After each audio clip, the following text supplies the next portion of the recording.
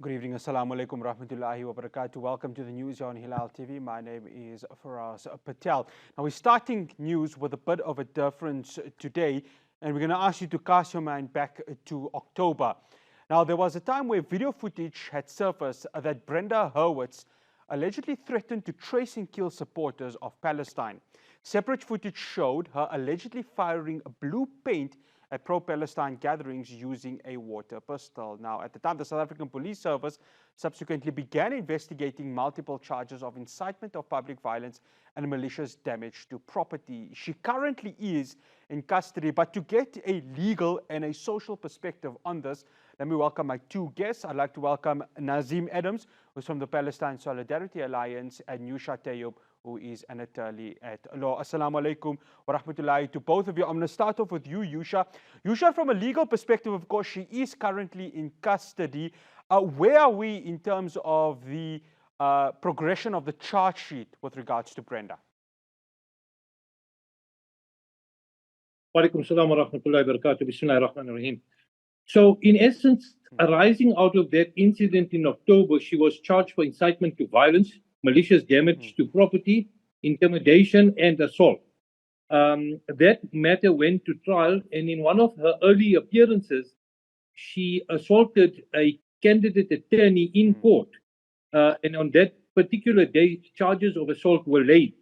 But the investigating officer, who's now been reported to IPED for being derelict in his duty, simply closed that docket. So that docket was reopened at the most recent hearing. She was given an opportunity to make representations as any other accused is entitled to do. The state accepted those representations and recommended diversion, which simply means that she doesn't go through the criminal justice system. She's subjected to a diversion program, and if successfully completed, then the charges are withdrawn. So that in essence is what happened. But the assault charge was then pursued by Attorney Nadeem Mohammed, and on her last appearance, that charge was reinstated. She became quite difficult at court. She assaulted the arresting officer. She had a dispute with her attorneys at court, and as a result of that charge and also the attempt to assault the investigating officer, she was then arrested and she's currently in custody. I want to come to you, Naazim. Assalamu alaikum wa rahmatullahi wa barakatuh to yourself. Naazim, most of the pro-Palestine marches, be it prior to October the 7th or even post-October the 7th, have been peaceful. I think it's not just Muslims that can agree with it, but it's non-Muslims can agree with it, and it's come out in its numbers. What we saw in October, it goes against the Constitution, doesn't it? It goes against everything us as freedom-loving South Africans strive for. You know, people have a right to protest and people have a right to counter-protest. We respect that. But when you come to intimidate, harass people, then you are obviously skating on thin ice. But this is the nature of the Zionists. They are arrogant. They believe that they can do whatever they like. They have white privilege, and so they will do whatever it is to intimidate and harass our people. I think for Brenda Hurwitz, this was a breaking point for her. The fact that so many hundreds of thousands of people are coming out, but on that particular day, that within a matter of a few hours, the PSA Youth League and others had mobilized hundreds of people to protest outside the Zionist Federation offices. We were literally taking the struggle right to those who enable, support, and even partake in the genocide in Gaza, because we know that the Zionists do that. So with that in mind, she came there to intimidate, harass. In Afrikaans, say, look for square, you know what I mean? She's coming to look for trouble. So she then, through pain, harassed, threatened some people, and a docket was opened, cars were damaged, but like you just said, that first case, there was a deferment and so forth. But in her own, I think, insanity, because Zionism is insanity, she decided to kick our candidate attorney in the courtroom. And this is the case that has now come forward again, and for which she is being tried, and for which she has been denied bail. So in all of this, we recognize that we need to be persistent. We need to continue pursuing those who commit injustice on others, and we will be successful. We know that victory is in Allah's hands, but we do our best to ensure that we can take the fight to them wherever we can. And this is what we need to do. So even if it's boycotting one product in your home, you're taking the fight to the Zionists. It's about every effort. I just want to applaud the lawyers for being persistent, the victims of the original case, our candidate attorney, for also being persistent in all of this. We have bigger cases that we are also working on with regards to the mercenaries and the ICC and so forth.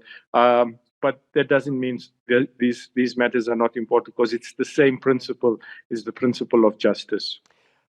Yousha, Brenda, if I stand to be corrected, she's also a legal practitioner.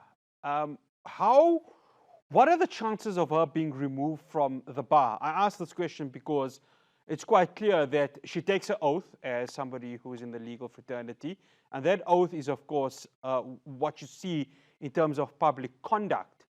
So what are the chances as yourself, as the legal representatives on the other side, to try and send a message that here's somebody who represents the legal fraternity within South Africa, but clearly she's not fit to be within that space?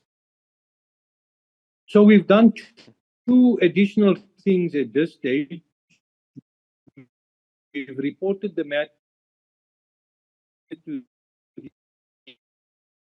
the Equality Court to the Legal Practice Council, which is the professional body that oversees attorneys and advocates' conduct.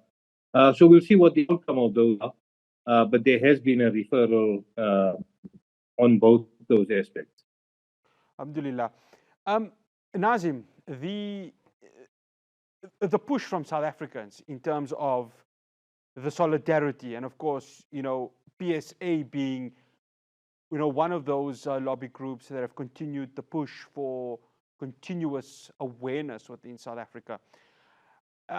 This is a bad look for the anti-lobby group movement, isn't it? Because here you've got somebody who just clearly does not want to see the freedom of movement, the freedom of speech, the freedom of a protest.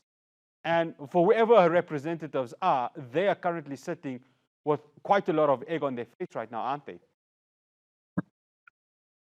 Yeah, well, I think the Zionists are on the defensive as we speak, because their impunity and their racism is laid naked for all to see now.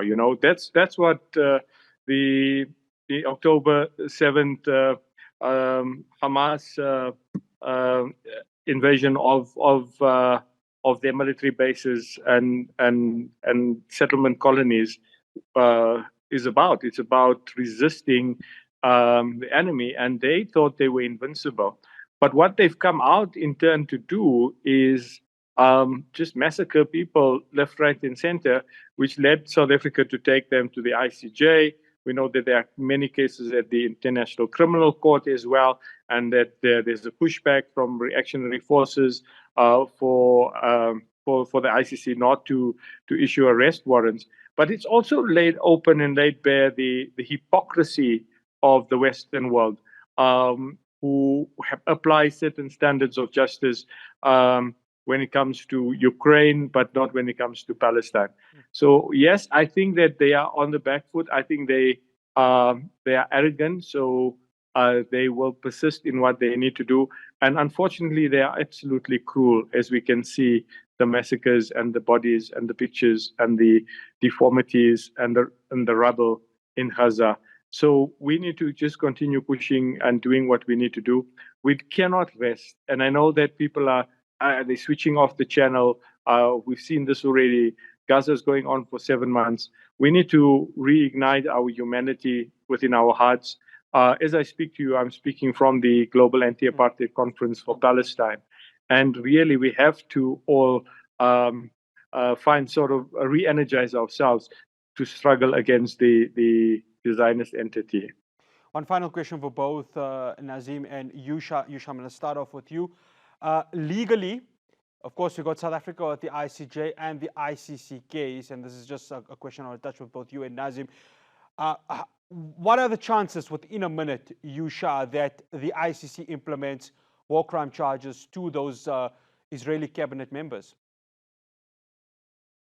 Look, in its quickest format, we meet all the criteria. So all the criteria are met.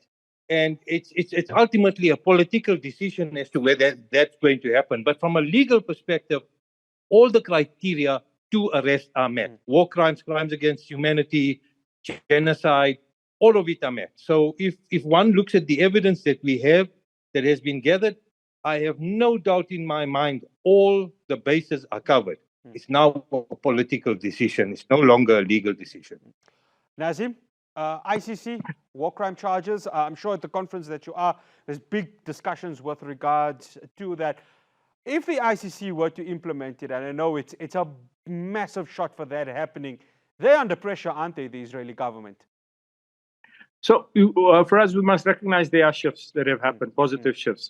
I mean, just the language within the United Nations has shifted so much from Francesca Albanese to even the Secretary General that we never anticipated or expected. And this is why I say the Zionists are their own worst enemy. They have basically burnt all their bridges. And right now, the attack from the U.S. senators on the ICC and threatening them and their families, very mafia style, this is not going to bode well. But it is pressure and it is a political decision, like Yousha says. So we remain hopeful, but we also understand that at the end of the day, the powers that be, and we need to shift those powers. There are shifts, the student movement and so many other things. We have to make this call front and center for them to issue the arrest warrants, but because they are scared about it. They are worried that if this should happen, it is a big game changer. Naazim, Yousha, shukran so much for joining us here on Hilaal News. Much appreciated. Assalamu alaikum wa rahmatullahi wa barakatuh. Wa alaikum salam wa rahmatullahi wa barakatuh. Take care. It's an absolute pleasure. Naazim Adams from Palestine Solidarity Alliance. Jazakallah so much, Yousha. And that's Yousha Tayob, attorney at law. After the break, I'll have your latest in finance and sports. Do stay tuned.